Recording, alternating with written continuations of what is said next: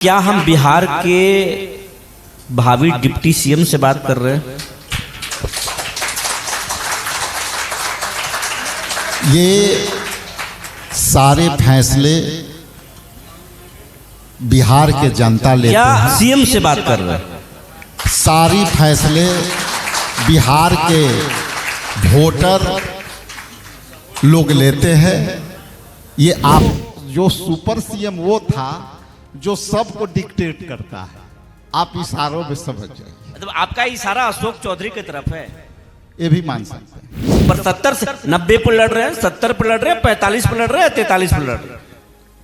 आप हमें उलझा रहे हैं, हम सुलझाने की कोशिश कर रहे हैं। हाल में एक वीडियो वायरल हुआ जिसमें बीजेपी के पूर्व सांसद और कांग्रेस के वर्तमान विधायक आनंद शंकर, दोनों का वीडियो वायरल है। एक कार्यक्रम में चौपाल में, एक अखबार के चौपाल में गए, दोनों के बीच में मर्यादा, शब्दों की मर्यादा टूट गई, झगड़े हो गए। ये क्या कहानी है और इसको राजेश जी किस रूप में लेते हैं? अंदर खाने में सब कुछ चलता है। अंदर खाने में तो हमरा हुआ आपका भी चल रहा है, लेकिन पर भी राजेश जी की नजर है और रोहतास के एक सीट पर भी है। 2 सीटों पर लड़ेंगे क्या राजेश कुमार? ये आरजेडी के लोग छोड़ रहे हैं हवा कि राजेश जी कुछ रोहतास की सीटों पर भी नजर रख रहे हैं। आप भी जानते हैं कौन बोल रहे होंगे। ये किसी भी परिस्थिति में ये सारे फैसला तो हमारे नेतृत्व राहुल गांधी जी और खड़गे जी लेते हैं, लेकिन क्षेत्र के मामले में मैं कुटुंबा के धरती को हमेशा नमन करता रहूंगा और कर रहा हूं और आगे भी करूंगा। और यहां से हमें कोई दूसरे जगह नहीं भेज सकता। धरती है और मगध के लाल है हमारे बगल में। मगध के इतिहास बहुत गौरवशाली रहा है। ये वो मगध है जहां से पूरे विश्व को एक दिशा मिला। ये ज्ञान और मोक्ष की धरती है।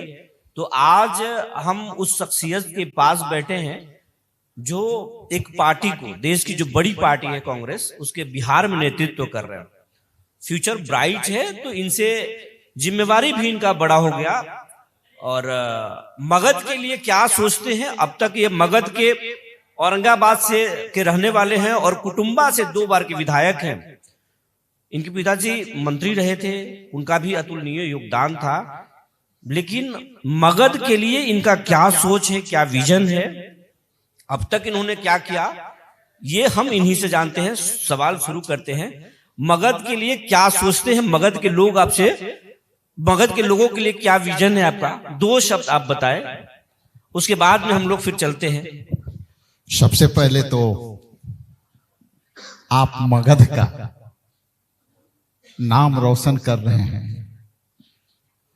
और फ्यूचर का सवाल का जवाब भी आप दे रहे हैं और सवाल भी आप कर रहे हैं, तो उसके लिए हम तो सूरज बिहार को बहुत धन्यवाद कि मगध के बात करने वाला व्यक्ति आज मगध के इस ऐतिहासिक धरती, जहां चरासंध की धरती रही, बौद्ध की धरती रही, जैन की धरती रही और मोक्ष की धरती रही, तो ये अपने आप में मगध के बारे में जो प्रोजेक्शन है वो देना अपने आप में बहुत छोटी हमारे लिए बात होगी।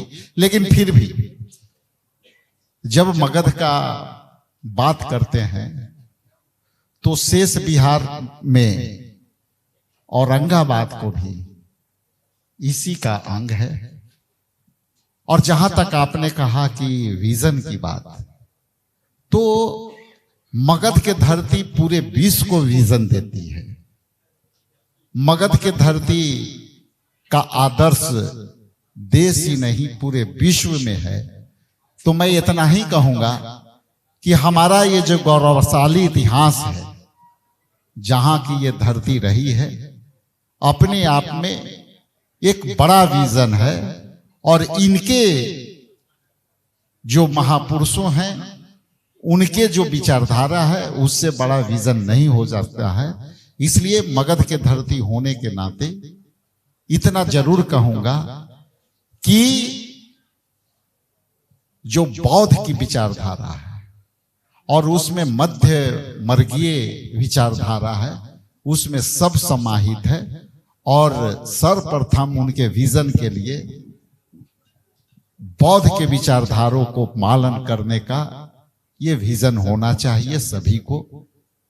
यदि विकास के कड़ी से जोड़ते हैं तो विकास में हम ऐसा महसूस करते हैं कि उस विजन के साथ यहाँ विकास होनी चाहिए जो पूरे देश के मानचित्र में, विश्व के मानचित्र में मगध का गौरव दिखे। और आज हम उस पर मगधी भाषा को भी प्रायोरिटी मिले। और कई बार मैंने प्रयास किया है कि विधानसभा के अंदर जो शपथ ग्रहण होते हैं वो कई मैथिली में भी होते हैं, इंग्लिश में भी होते हैं, कई लोग संस्कृत में भी पढ़ते हैं।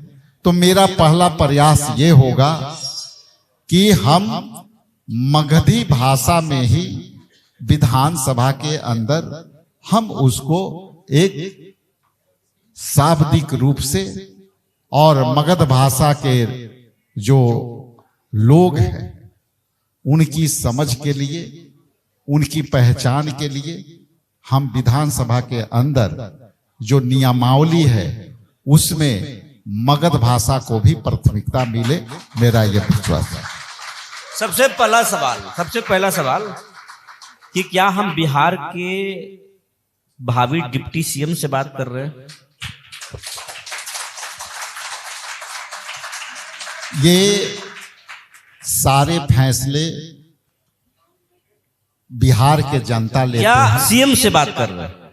सारी फैसले बिहार के वोटर लोग लेते हैं। ये आपका सवाल होता है, हो सकता है, लेकिन हमारी मंशा जनता के ऊपर डिपेंड करता है, इसलिए ये सवाल आपका।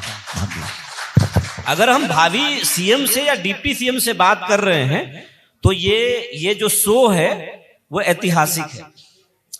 मैंने कहा कि ये सारे निर्णयों का जवाब जनता दे सकती है और आपकी सवालों का जवाब भी जनता दे सकती है।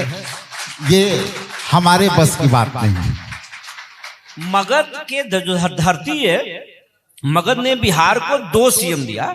पहला सीएम छोटे साहब सत्येंद्र नारायण सिन्हा, दूसरा सीएम जीतन राम मांझी, तीसरा सीएम मगध का होगा।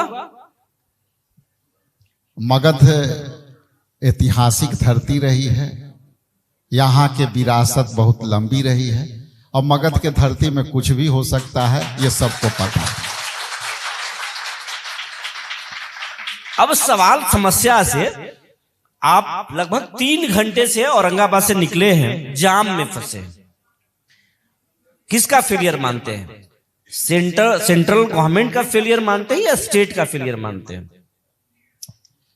ये समस्या है। और इससे आप जनता तो जूझती ही, इतने बड़े नेता भी अगर उसमें जूझ रहे हैं, उनकी गाड़ी अगर रेंग रही है तो ये बड़ी समस्या है।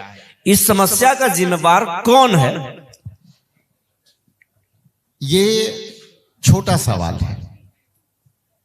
समस्या जाम का छोटी है, लेकिन पूरा संविधान जाम करने की कोशिश हो रही है बीजेपी द्वारा, वो बड़ा सवाल है। ये समस्या छोटी है। मैंने कहा इससे बड़ी प्रश्न भी हो सकती है। 2 करोड़ नौकरियां देने का प्रत्येक साल का वादा था, वो वादा पूरा नहीं हुआ, ये भी एक बड़ा सवाल हो सकता है। हम उस पर आएंगे अमरदेव जी, उस पर हम आएंगे। पहले हम जनता के जो मगध के लोग हैं वो जाम से परेशान हैं, किसान जो है वो सर्वे से परेशान है। सर्वे को आप किस रूप में ले रहे हैं? लोग सर्वे, सरकार सर्वे करा रही है, लोग अंचल ऑफिस जा रहे हैं, अंचल में उनका काम नहीं हो रहा है, फिर रजिस्ट्री ऑफिस जा रहे हैं, वहां काम नहीं हो रहा है। और हद तो ये हो गई है कि आप जिस जिले के से ताल्लुक रखते हैं वहां सरकारी प्रॉपर्टी को मोटेशन कर दिया गया है। देखिए, सर्वे, मेरे समझ से सर्वे बिहार के लोगों के लिए सबसे पैनिक समस्या बन के उभर के आई है। और जिस तरह से सर्वे, खास करके आप जमीन सर्वे की बात कर रहे हैं, तो जमीन सर्वे के नाम पर एक एक आदमी यहां बैठे हुए हैं। इनसे पूछिए कि जब सर्वे का नोटिफिकेशन हुआ था तो कितना लोग डरे हुए थे, सहमे हुए थे, लेकिन सर्वे पर डॉक्यूमेंटेशन मांगा। और आज जो सर्वे में जिनका जमीन का पैमाइश एक्चुअल था, सही था, जिनकी जमाबंदी सही थी, जिनकी खाता खेसरा सही थी, आज उनकी भी खाता खेसरा बिगड़ चुकी है। और इसके लिए मैं एक ही शब्द कहूंगा कि ये भ्रष्टाचार के लिए किया गया था, कदाचार के लिए किया गया था। जो सच्चाई थी जमीनों के बारे में, उसको भी इन लोगों ने पूरी तरह से बिगाड़ दिया है। और आज सुधार करने के लिए एक एक जनता, एक एक जमीन मालिक, एक एक किसान को जूते की एड़ियां घिसने पड़ रही है। और उसके बदले में उन्हें कुछ नजराना भी देने पड़ रहे हैं। ये भी बात सच है। क्या ये इसके लिए जिम्मेवार कौन है? नीतीश जी? देखिए, इसके लिए जिम्मेवार जो है सरकार अभी बीमार चल रही है। हम सरकार के, जो सरकार बीमार है, हमारी चिंता है बिहार के नागरिक होने के नाते, लेकिन मेरी चिंता से नहीं होगी। आज कौन सरकार चला रहा है विपुल जी, आप बताइए। हम तो डेली ढूंढते हैं, एक एक पदाधिकारी 4-4 चेंबर रखा हुआ है। अब उसके पास जाइए शिक्षा विभाग के समस्या लेने के, तो आपको बताएंगे कि वो तो पीडब्ल्यूडी डिपार्टमेंट के चेंबर में बैठे हुए। पीडब्ल्यूडी में जाइएगा तो वो कहेंगे कि स्वास्थ्य विभाग के चेंबर में बैठे हुए हैं। तो हम भी आपके साथ सरकार के ढूंढने का कोशिश कर रही है, लेकिन विगत साल भरसों से कहीं सरकार नहीं मिल रही है। मिलेगी तो आप भी बता दीजिएगा। सरकार, आपके नजर से सरकार लापता है बिहार में? बिहार में कौन सत्ता चला रहा है इससे संदर्भित है।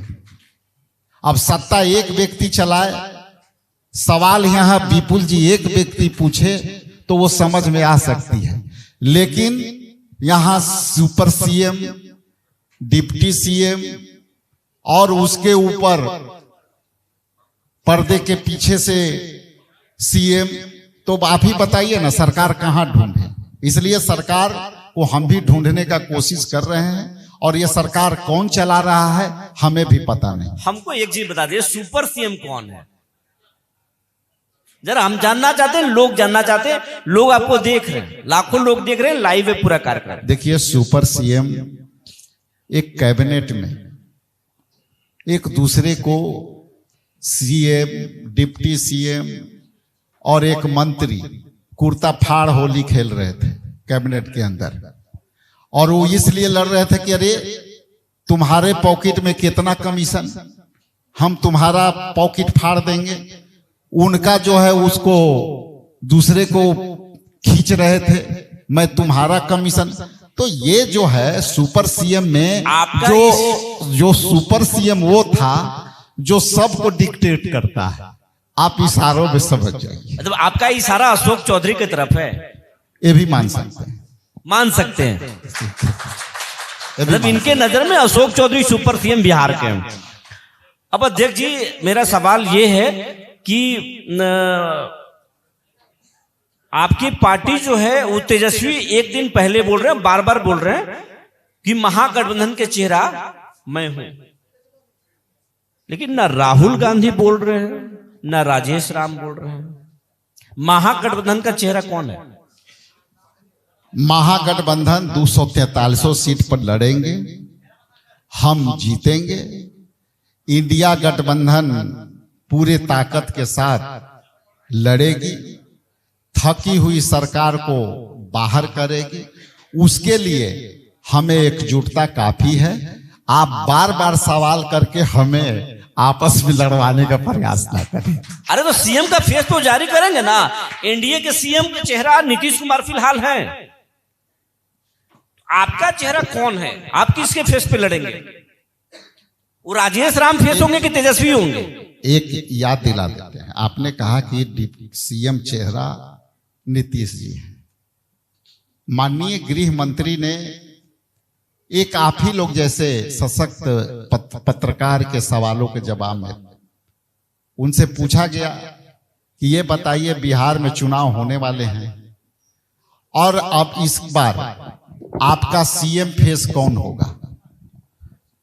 तो गृह मंत्री ने क्या बोला? बोला कि साहब चुनाव तो हम नीतीश जी के चेहरे पर लड़ेंगे, लेकिन चुनाव के बाद तय करेंगे कि सीएम फेस कौन होगा। तो सवाल तो वहां होना चाहिए। आप राहुल के राम हैं, नीतीश के हनुमान कौन है? चिराग पासवान। वो तो बोलते हैं कि मोदी के हनुमान। उनके साथ जुड़े हुए हैं, उनके साथ कई भगवान भी जुड़े होते हैं, तो उसमें एक वो भी है। कांग्रेस कितने सीटों पर लड़ेगी चुनाव? इंडिया गठबंधन 243 पर लड़ेगी। कांग्रेस कितने सीटों पर लड़ेगी? 243 पर सब हम मिल के लड़ेंगे। आप उलझा रहे हैं लोगों को, बताने में सारे लोग जो ऑडियंस है वो मुस्कुरा रहे हैं। आप कितने सीटों पर? 70 से 90 पर लड़ रहे हैं, 70 पर लड़ रहे हैं, 45 पर लड़ रहे हैं, 43 पर लड़ रहे हैं। आप हमें उलझा रहे हैं, हम सुलझाने की कोशिश कर रहे हैं। हम उलझा रहे हैं आपको। मगध में आप ये बताइए कि मगध में कितनी सीटों पर आप लड़ रहे हैं? सब मिल के तय करेंगे और वो सबसे पहले आपको बताएंगे। गया में आप जिस धरती पर हैं, गया में कितने सीटों पर आप लड़ रहे हैं? दो उम्मीदवार आपके सामने। गया मगध में ही आता है। गया जी भी मगध में आता है, और जब हम मिल भेंट के करेंगे तो आपको बता देंगे। अच्छा, चेहरे की जब बात हो रही थी तो अभी कुछ देर पहले मैंने सुबह में आपके पार्टी के राज्यसभा सांसद हैं अखिलेश बाबू, उन्होंने कहा कि महागठबंधन में तो चेहरा तय है, नेता है हमारे तेजस्वी यादव। इसको किस रूप में लेते हैं? सच में बोले हैं? हाँ बिल्कुल बिल्कुल, इसी स्टेज पर बोले। जैसा शब्द से बोल रहे हैं वैसा बोले हैं। हाँ बोले कि वो महागठबंधन के चेहरा तो है, इसमें कोई संकोच नहीं है कि बड़े नेता हैं, नेतृत्व कर रहे हैं। तो महागठबंधन के विपक्ष के कोऑर्डिनेशन कमेटी के नेता तो हैं, ये तो हम भी बोलेंगे। इसमें कहा अखिलेश सिंह आपके साथ है या फिर? अब देखिए फिर फूट डाल रहे हैं। हमारे बड़ा भाई हैं, बड़े सम्मानित हैं, पार्टी के बड़े नेता हैं, इसलिए अखिलेश भाई को सम्मान करता हूं और बहुत आदरणीय है। मतलब आपके साथ उनका ज्यादा झुकाव है, या उन पर तो आरोप लगता है कि लालू जी से ज्यादा करीबी है उनका? उनसे तो सवाल पूछ लेना चाहिए था। पूछे थे वो बोल रहे हैं कि हम कांग्रेस के सच्चा सिपाही हैं। तो है ही, ये तो हम भी कहेंगे। अच्छा, एक चीज इस यात्रा में, वोट अधिकार यात्रा में एक चीज नजर आया। आप लोग अभी बोल रहे हैं 243 सीटों पर बहुत मजबूती से हम लड़ेंगे, हम सब कुछ ठीक ठाक है, लेकिन जब शुरुआती दौर में जब शाहाबाद, रोहतास और औरंगाबाद से यात्रा जब शुरू हुई तो देखा गया कि लीड तो कर रहे थे राहुल गांधी, लेकिन पोस्टर और बैनर में जिस तरीके से आरजेडी ने कब्जा किया, उसमें तो लग रहा है कि कब्जा का खेल चल रहा है, शक्ति प्रदर्शन हो रहा है। मतलब दल मिला है कि दिल मिला है? देखिए, पोस्टर, बैनर, झंडा, पताके, ये कर्जकर्ता व्यवस्था करता है। जहां कर्जकर्ता बड़े संख्या में एग्रेसिव होते हैं तो उस तरह का दिखता है, लेकिन इस झंडे, पोस्टर और बैनर से हमारे रिश्ते में कोई कमजोरी नहीं आई है। ये हम लोग एक दूसरे को मजबूत हुए हैं। राहुल गांधी भी बोलते हैं, राजेश राम भी बोलते हैं कि हम यूथ को आगे लाएंगे। यूथ कांग्रेस से कुछ चेहरों को आप इस बार चुनाव लड़ाएंगे? देखिए, एक इतना स्पष्ट है कि सम्मानित आदरणीय राहुल गांधी जी ने ये स्पष्ट उनका मानना है कि हम बिहार में अब तक जो चुनाव है पूरे देश में अभी एकलौता चुनाव हो रहा है और इसमें हम सभी स्तरों पर संगठनात्मक ढांचे में और पार्टी के उम्मीदवारी में जिसकी जितनी हिस्सेदारी उसकी उतनी भागीदारी होगी। और हम समझते हैं कि पिछड़ा अति पिछड़ा ईबीसी हमारे नेता उस पर काफी कंसर्न है कि उनको मौका पार्टी के अंदर मिलना चाहिए और हम उसको प्रयास में हैं कि जिसकी जितनी हिस्सेदारी हो उसमें खास करके जो पिछले पंक्ति में जो पिछड़े हुए हैं, जो हम पार्टी में हमारे तरफ से उनकी बहुत ज्यादा जो है भागीदारी नहीं मिली है, इसलिए राहुल गांधी जी के जो कंसेप्ट है कि हम सत्ता ही नहीं हम उनको भागीदारी से भी जोड़े, इसलिए सामाजिक न्याय तभी संपूर्ण होगी जब हम अपने टिकटों में कांग्रेस पार्टी के उम्मीदवारी के टिकटों में और संगठन में इनको हिस्सेदारी देंगे। आप बिहार के बड़े नेता हैं और हम इनको मजबूती से आगे लाएंगे। रहा युवाओं की बात, तो इन वर्गों में जो युवा होंगे सक्षम होंगे मजबूत होंगे उनको निश्चित तौर से हम मौका देने जा रहे हैं। ये आने वाला समय में दिखेगा। दो सवाल बड़ा रोचक है, 3 सवाल है, तीनों बारी बारी आते हैं। सबसे पहले तो हम आते हैं, आप बिहार के नेता हैं लेकिन हम सबसे पहले आपको औरंगाबाद ले चलते हैं। अभी हाल में एक वीडियो वायरल हुआ जिसमें बीजेपी के पूर्व सांसद और कांग्रेस के वर्तमान विधायक आनंद शंकर दोनों का वीडियो वायरल है। एक कार्यक्रम में चौपाल में, एक अखबार के चौपाल में गए, दोनों के बीच में मर्यादा शब्दों की मर्यादा टूट गई, झगड़े हो गए। ये क्या कहानी है और इसको राजेश जी किस रूप में लेते हैं, क्योंकि आपकी छवि समाज में अलग टाइप की है। देखिए, मेरा स्पष्ट मानना है और हमारे पार्टी के तमाम नेता किसी से भी पूछिए तो हम लोग बापू के आदर्शों को मान के चलते हैं और जब बापू के आदर्श की बात करते हैं तो उसमें 2 शब्द बहुत ही मजबूत है और वो मजबूत इतना है कि अंग्रेजों के उसी शब्द से आजादी मिला, वो है सत्य और अहिंसा। तो हम यदि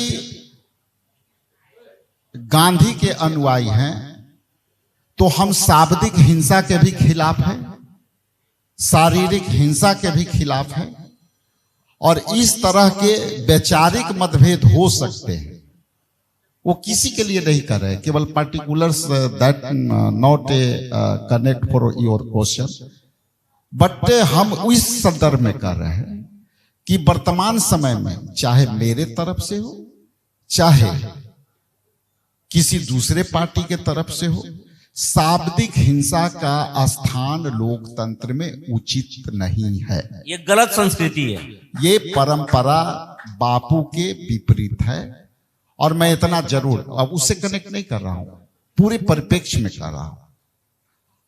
और लोकतंत्र में वैचारिक मतभेद हो सकती है, उसकी लड़ाई वैचारिक हो सकती है और जब आप विचारधारा के लड़ाई के साथ आप चलते हो तो उस पर डिबेट करो कि हमारी विचारधारी मजबूत है।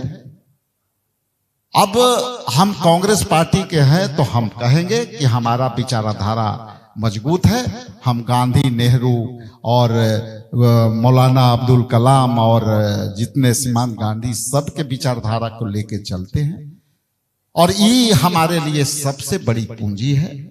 बाकी लोकतंत्र में 11 वर्षों से जिस तरह से शब्दों का विलोपन हुआ है वो लोकतंत्र के लिए उचित नहीं है, उसको मुद्दा बनाना उचित नहीं है।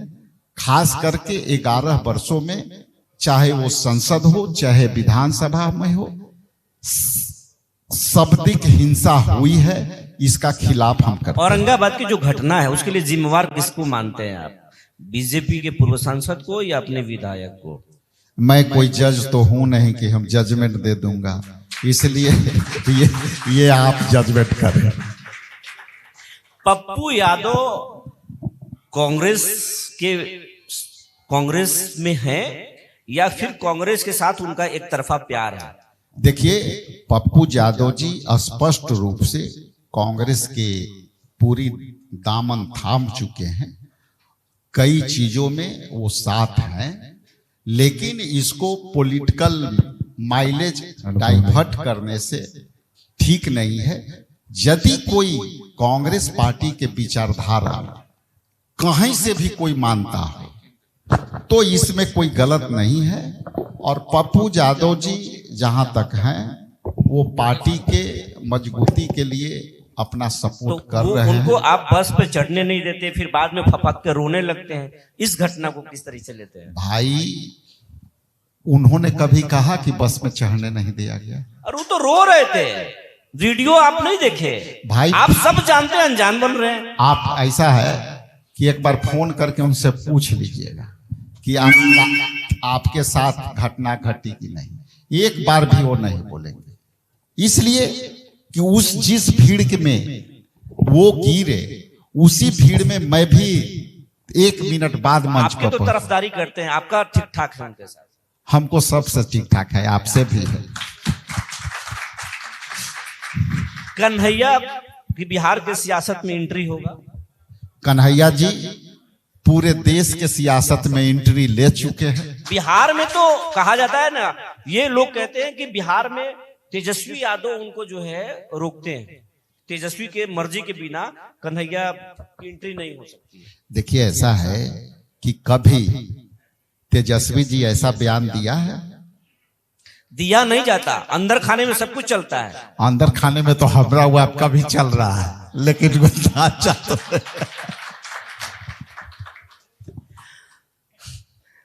अब ये जानना चाहेंगे राजेश बाबू कि कुटुंबा में कहा जा रहा है कि कुटुंबा जो है, कुटुंबा के 2 बार के विधायक हैं आप और बिहार के बड़े नेता हैं, तो कुटुंबा पर भी राजेश जी की नजर है और रोहतास की एक सीट पर भी है। 2 सीटों पर लड़ेंगे क्या राजेश कुमार? ये आरजेडी के लोग छोड़ रहे हैं हवा, ये राजेश जी कुछ रोहतास की सीटों पर भी नजर रख रहे हैं। आप भी जानते हैं कौन बोल रहे होंगे। आज के इस कनक्लेव में मैं स्पष्ट कर दे रहा हूं, कोई भी फैसला हमारे संगठन में हमारे नेतृत्वकर्ता लेता है, यह फैसला उनका है। लेकिन यदि खेत खलिहान, हरवाही चरवाही, मजदूरी हमने सारा कुटुंबा में किया, तो यही बताइए कि मजदूरी लेने हम रोहतास में जाएंगे? इसलिए मैं स्पष्ट कर दूं, कुटुंबा मेरा दिलकेश्वर बाबू का कर्म भूमि रहा है। मेरे पिता स्वर्गीय दिलकेश्वर राम जी का आत्मा हुआ बसता है। उसके बाद 10 बरस से मैंने भी जितना बना है लोगों के लिए साथ जुड़ा रहा हूं। इसलिए किसी भी परिस्थिति में ये सारे फैसला तो हमारे नेतृत्व राहुल गांधी जी और खड़गे जी लेते हैं, लेकिन क्षेत्र के मामले में मैं कुटुंबा के धरती को हमेशा नमन करता रहूंगा और कर रहा हूं और आगे भी करूंगा, और यहां से हमें कोई दूसरे जगह नहीं भेज सकता, उनको स्पष्ट कर दे रहा हूं। मतलब वो स्पष्ट रहे कि राजेश जी कहीं नहीं जा रहे हैं, वो अपना मैं कुटुंबा से कहां जाऊंगा? आप बोलिए, कुटुंबा से कहीं जा सकते हैं? सर एक सवाल जो है सर, वो जनता का सवाल आया है कि आप कुटुंबा विधानसभा से 2 बार के विधायक हैं और कुटुंबा महुआ धाम सड़क पे आज भी नाली का पानी बहता रहता है। ऐसा जनता से सवाल आया सर, क्या? देखिए, महुआ धाम के आपने बात करी, वो महुआ धाम के रोड के जो मामले है, वो 500 मीटर बीच वाला जो था पार्ट, वहां के लोकल लोगों ने जब नापी हो रही थी तो अप्रोच किया कि यहाँ पे मंदिर है यहाँ पे ये है, तो इस चलते वो रुका है। लेकिन उसके आगे और पीछे आप देखेंगे तो वो रोड बन चुका है जो पिपरा से कनेक्ट होता है। आपने कई वहां पर पुलों की समस्या सबसे ज्यादा थी, लेकिन राजेश कुमार ने पुलों का काम तो किया है। अब राजनीति के सेतु बांधेंगे, वो भी तो जिम्मेवारी मिल गई। देखिए पुलिया के मामले में हमको पुलिया बाबा भी कहने लगा है, इतना ज्यादा पुल बना है वहां, पुलिया बाबा हो गया। हाँ पुलिया बाबा भी, कई लोग कहते हैं कि पुलिया बाबा जा रहे हैं। मेरा ये कहना है कि राजनीतिक सेतु बांधने के लिए सबसे बड़ी बात है कि भावनात्मक रूप से राजनीति करने की जरूरत है, जो अभी के समय में है नहीं।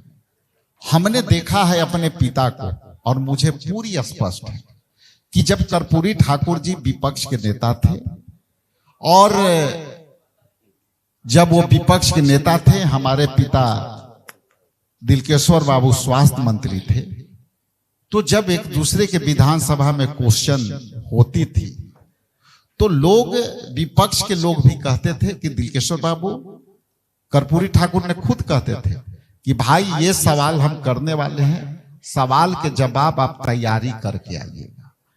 और पिताजी को भी मैंने सुना कि उन्होंने कहा कि हाँ 2 दिन के बाद कि आपका सवाल का हम जवाब तैयारी करके आ रहे हैं। पहले का विपक्ष ये था।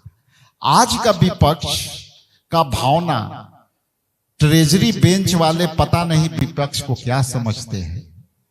आज ये बदलाव की जरूरत है, और ये बदलाव सैद्धांतिक तौर से, विचारिक तौर से मतभेद हो सकती है, लेकिन सत्ता पक्ष या विपक्ष दोनों जनता से चुन के आते हैं, और वो जनता के भावना के अनुरूप यदि वो व्यवहार नहीं करते हैं तो जनता भी बाद में पछताती है कि साहब हमने कैसे लोगों को चुने। इसलिए राजनीति के पुल बांधने के लिए सबसे पहले किसी भी जनप्रतिनिधि, यहाँ बहुत से लोग ऐसे हैं जो जनप्रतिनिधि बनना चाहते हैं, उनके लिए भी कहते हैं कि जनप्रतिनिधि बनने के लिए भावना का रिश्ता होनी चाहिए, चाहे वो विपक्ष ही क्यों ना हो, आपके विपरीत उम्मीदवार ही क्यों ना हो, उनके साथ हमेशा राजनीतिक रिश्ते वोट तक रखिए, लेकिन व्यक्तिगत रिश्ते बना के रखिए।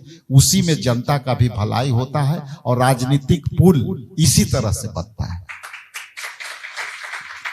ये कहना चाहेंगे कि आपके पिताजी आपके राजनीतिक गुरु रहे हैं, पहले भी कई बार हम लोग इंटरव्यू में बात कर चुके हैं। वो सोचे थे कि एक दिन राजेश जी कांग्रेस के कमान संभालेंगे बिहार में। देखिए, ये सन 1985 का घटना है, और उसके पहले जब मैं पढ़ाई कर रहा था तो कई बार लोग ने मंत्री मिनिस्टर के पास आते हैं तो बातचीत होता था, लोग हमको भी पकड़ लेते, जैसे अभी भी हमारे बेटा को लोग पकड़ लेता है कभी कभी, बड़ा वाला बेटा को। तो अब घर में आए हैं तो सेवा कर रहे हैं, चाय दे रहे हैं, मिठाई खिला रहे हैं। तो उसी तरह से एक बार की घटना है कि एक कांग्रेस पार्टी के नेता आए और बाबूजी मिले, चाय पिए, तो बाबूजी पूछे कि से जो है पानी उनी पी ली, चाय पी ली? तो हाँ से मुन्ना बाबू पिला दिया, हमको घर के नाम है मुन्ना, से मुन्ना बाबू पिला दिए। तो अच्छा है, तो वो कहीं कि बड़ा अच्छा लड़का है मुन्ना, से इसको भी अब राजनीति में लाइए। तो बाबूजी बोले कि अरे सब के काहे लड़कन के हवा लगा रहे हैं, से ये सब पढ़ता थी ना, राजनीति के हवा लग जाती। तो से एक तो हमने राजनीति में आके जो है धोती कुर्ता लेके जो है टांग के चल रहे हैं, कहाँ ही लड़कन के सजेशन दी थी। तो कहने का मतलब है कि पिताजी एक समय में जब तक ले हम पढ़े और जब तक ले हम शिक्षारत थे, तब तक ले हमारे पिताजी ने जो है राजनीति से दूर रखने का कोशिश किया। लेकिन एक समय ऐसा भी आया कि निवर्तमान प्रदेश अध्यक्ष जब हम दिल्ली में गए तो उन्होंने कहा कि दिलकेश्वर बाबू का आपका तो टिकट तय है, तो बाबूजी बोले कि देखिए से हमको तो टिकट तय है, लेकिन हम बेटा को लड़ाना चाहते हैं, हालांकि हम इसके खिलाफत हैं, लेकिन आप देख लीजिए।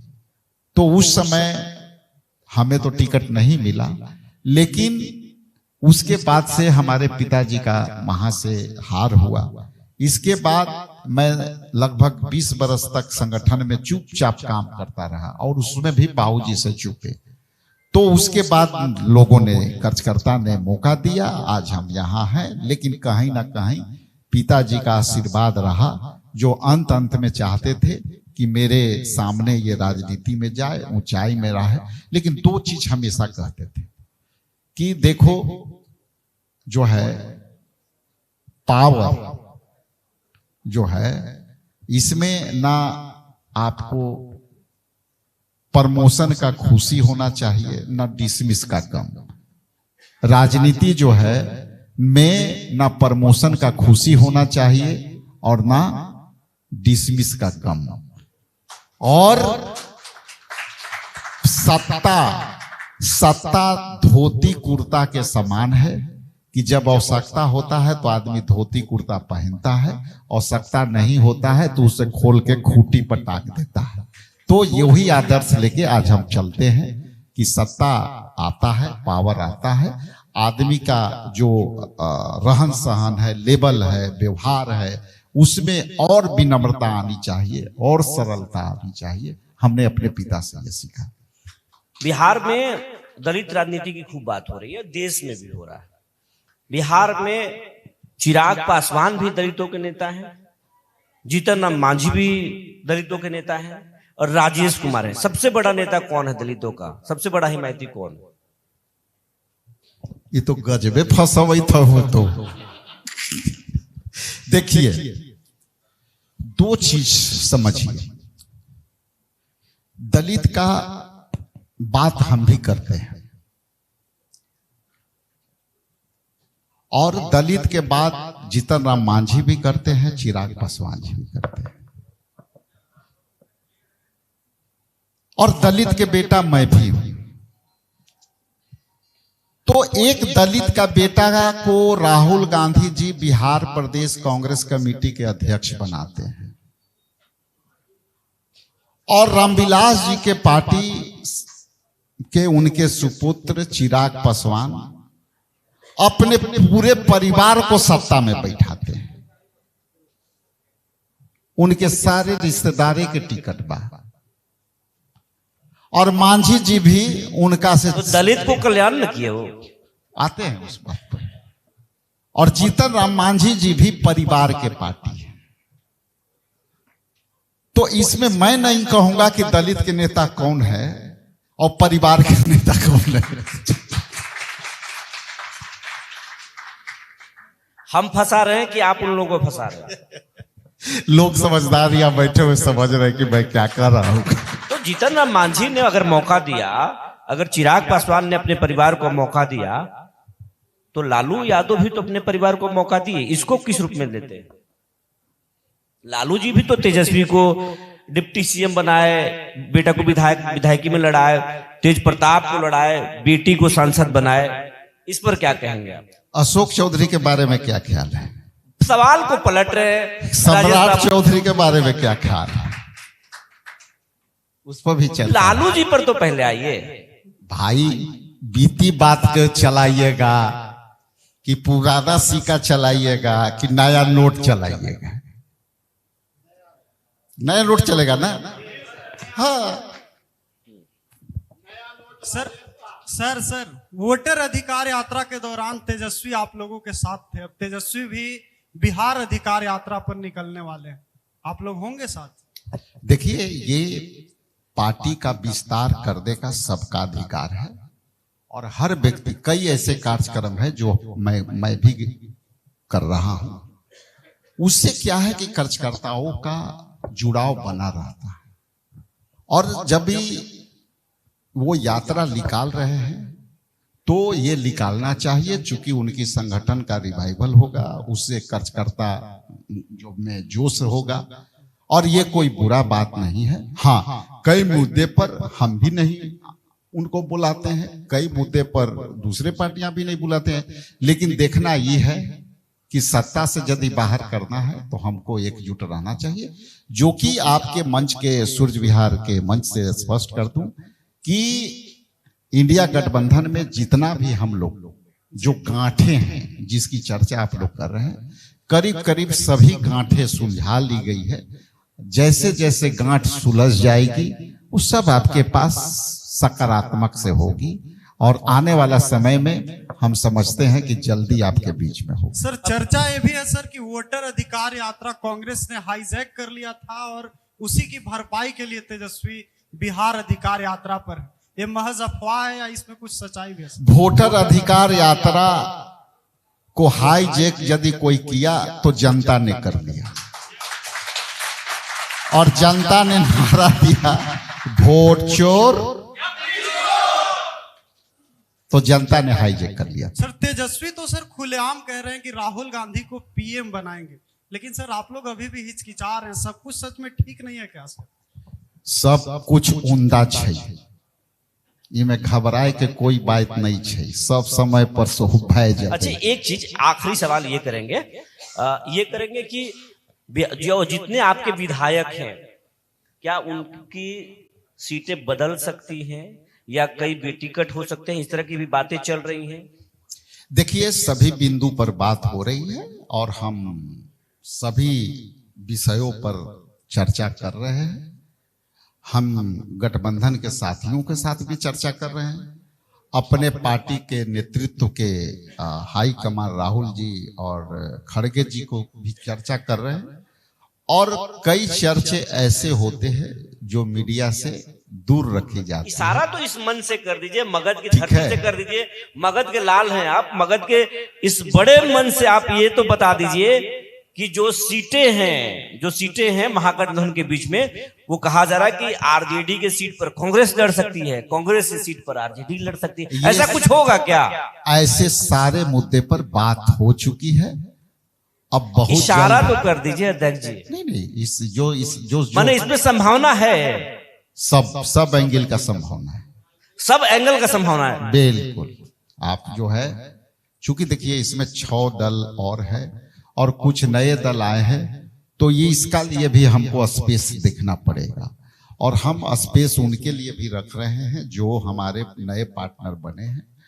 और हम लोग एक एक चीज पर हम लोग चर्चा करके अपनी बातें जो है आगे तक लाए हैं और अब तक हम आम सहमति से बहुत से चीजों को विराम दे चुके हैं। कुछ चीजें अभी और डिस्कशन करनी रह गई है, जिसके लिए हम लोग जल्दी पहुंचने वाले हैं। अब हमारे सहयोगी जो है वो आपसे कुछ नेताओं के नाम बताएंगे और उनको राजेश राम किस रूप में लेते हैं एक शब्दों में बताएंगे। ज्यादा से ज्यादा एक सेंटेंस भी बोल सकते हैं। राहुल गांधी देश के न्याय योद्धा, सच बोलने वाला। नरेंद्र मोदी जुमला करने वाला।